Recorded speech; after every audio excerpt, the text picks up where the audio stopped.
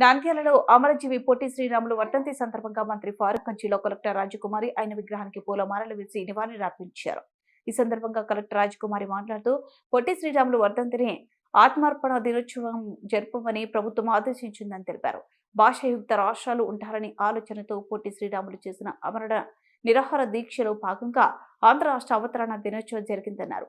అదేవిధంగా మంత్రి ఫారూక్ మాట్లాడుతూ ప్రత్యేక ఆంధ్ర రాష్ట్రం కోసం పొట్టి శ్రీరాములు 53 రోజుల అమరణ దీక్ష చేసి ప్రాణాలు విడిచారని, కేవలం సమాజం కోసం, రాష్ట్రం కోసం, దేశం కోసం బతికిన వ్యక్తి పొట్టి శ్రీరాములు అని మంత్రి ఫారూక్ కొనియాడారు. రాష్ట్ర విభజన జరిగిన తర్వాత పొట్టి శ్రీరాములు గొప్పతనం అర్థమైందన్నారు. ఆయన విగ్రహం వెతకాలంటే ఆర్యవైశ్య సమాజంలోనే దొరికేదని, ఆయన ఒక కులానికి కాదు దేశం మొత్తం గర్వించే నాయకుడని వ్యాఖ్యానించారు.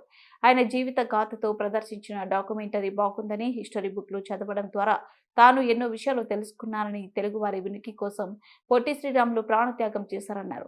భాష ప్రయుక్త రాష్ట్రాల ఏర్పాటును ఆనాడు జాతీయ నాయకత్వం వ్యతిరేకించిందన్నారు. ఈ కార్యక్రమంలో టీడీపీ పార్లమెంట్ ప్రధాన కార్యదర్శి NMD Firoz, municipal chairman Mabunisa, municipal అధికారులు, టీడీపీ కౌన్సిలర్లు తదితరులు పాల్గొన్నారు.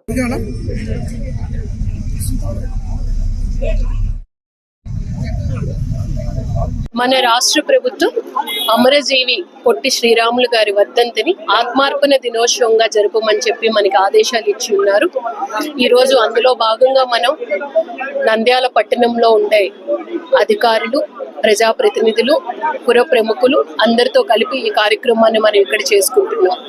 మనందరికీ తెలుసు, పొట్టి శ్రీరాములు గారి త్యాగ నిరతి, మహాత్మా గాంధీ గారి ప్రభావంతో స్వాతంత్రోద్యమంలో అన్ని సంఘటనలు కూడా వారు పాల్గొన్నారు.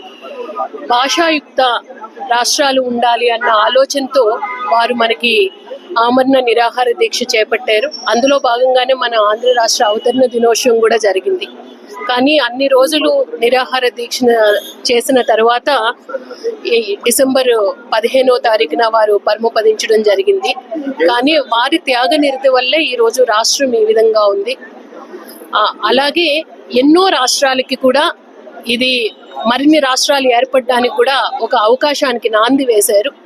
వారికి ఈరోజు ఘనంగా నివాళులు అర్పించుకోవడం మనందరి యొక్క బాధ్యత.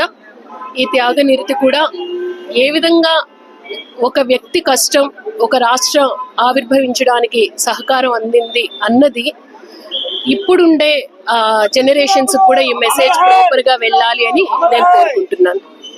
ప్రతిరోజు కూడా చేయాలనేది ప్రభుత్వం నిర్ణయం తీసుకొని వారి గుర్తింపుగా ఈరోజు వారి వర్ధంతిని మొట్టమొదటిసారిగా ఈరోజు మేము రాష్ట్రంలో తెలుగుదేశం పార్టీ చంద్రబాబు నాయుడు గారి కార్యక్రమాన్ని ఏర్పాటు చేయడం జరిగింది.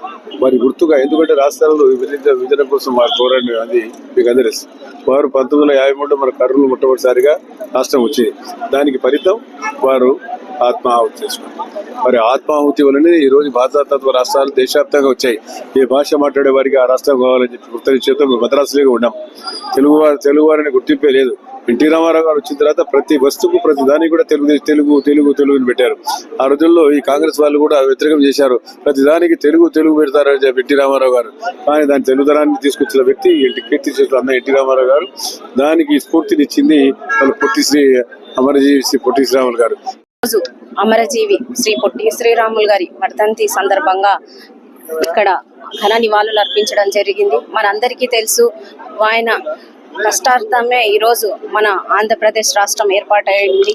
తెలుగు జాతి అందరూ కలిసి ఒక రాష్ట్రంగా ఏర్పాటు కావాలని చెప్పి ఆమర నిరాహార చేసి ఈరోజు మనకు ఒక ఆంధ్రప్రదేశ్ రాష్ట్రాన్ని ఇచ్చి ఈ మనమందరం ప్రజలందరూ బాగుండేలా ఆశీర్వదించినటువంటి పొట్టి శ్రీరామ్ గారి ఆశయాలకు అనుగుణంగా, ఆయన స్ఫూర్తితో రాబోయే కాల తరాల వారు కానీ ఆంధ్రప్రదేశ్ రాష్ట్రాన్ని అభివృద్ధికి పాటుపడాలని మనస్ఫూర్తిగా కోరుకుంటూ, ఏదైతే అమరజీవి పొట్టి శ్రీరాములు గారు ఆంధ్రప్రదేశ్ ప్రజల హృదయాలలో చిరస్థాయిగా నిలిచిన వ్యక్తి కాబట్టి ఆయన ఘన నివాళులు అర్పిస్తూ మరొకసారి ఆయనని తలుచుకుంటూ రాష్ట్రానికి అభివృద్ధికి పాటుపడతామని ఈ సందర్భంగా తెలియజేసుకుంటున్నాను.